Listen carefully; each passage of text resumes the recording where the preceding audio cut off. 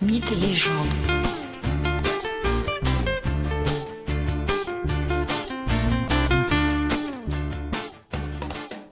Bonjour à tous et bienvenue dans ce nouvel épisode de Mythes et légendes. Aujourd'hui, je vous invite à découvrir un mythe antique d'une grande beauté, celui de Pygmalion.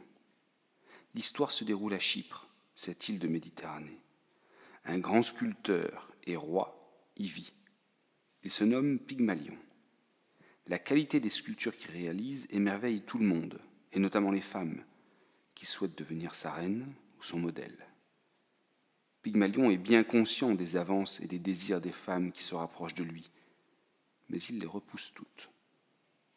Pygmalion constate que le comportement des femmes de Chypre est décevant, et même regrettable. Il les trouve soit vaniteuses, soit jalouses, soit légères, soit infidèles, bref, Pygmalion n'a pas du tout envie de partager sa vie avec quelqu'un pourvu de ses défauts. Aussi, il choisit de rester seul. Non qu'il n'aime pas les femmes, mais leurs défauts le repoussent.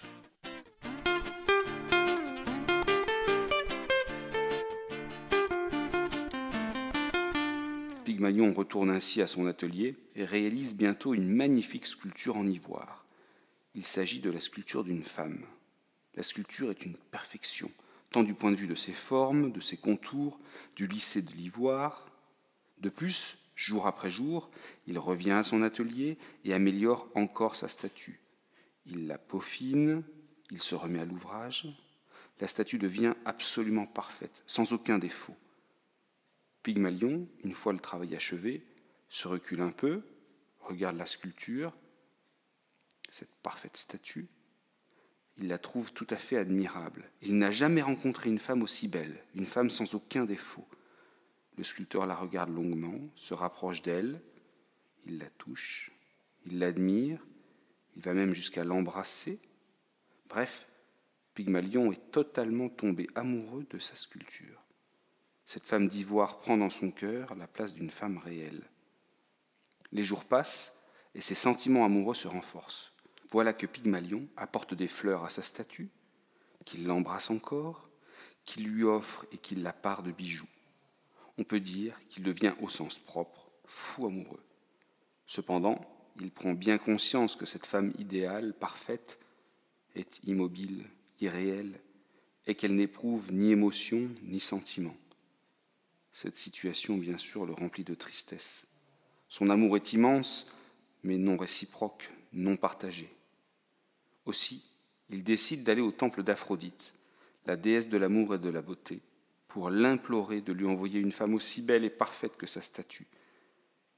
Au temple, il fait un sacrifice en l'honneur de la déesse, puis rentre à son atelier, le cœur lourd.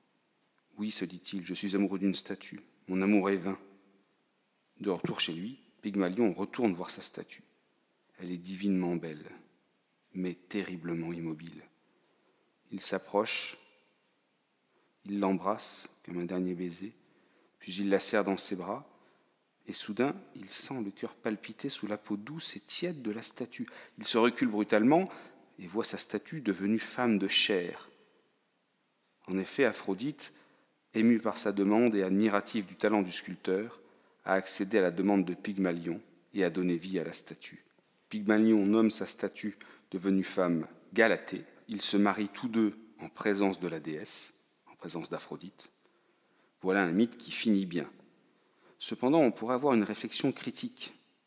Pygmalion rejette les femmes de Chypre, ces femmes réelles, avec leurs défauts, et il choisit finalement une femme qu'il a modelée, qu'il a fait totalement à sa volonté, qu'il a sculptée.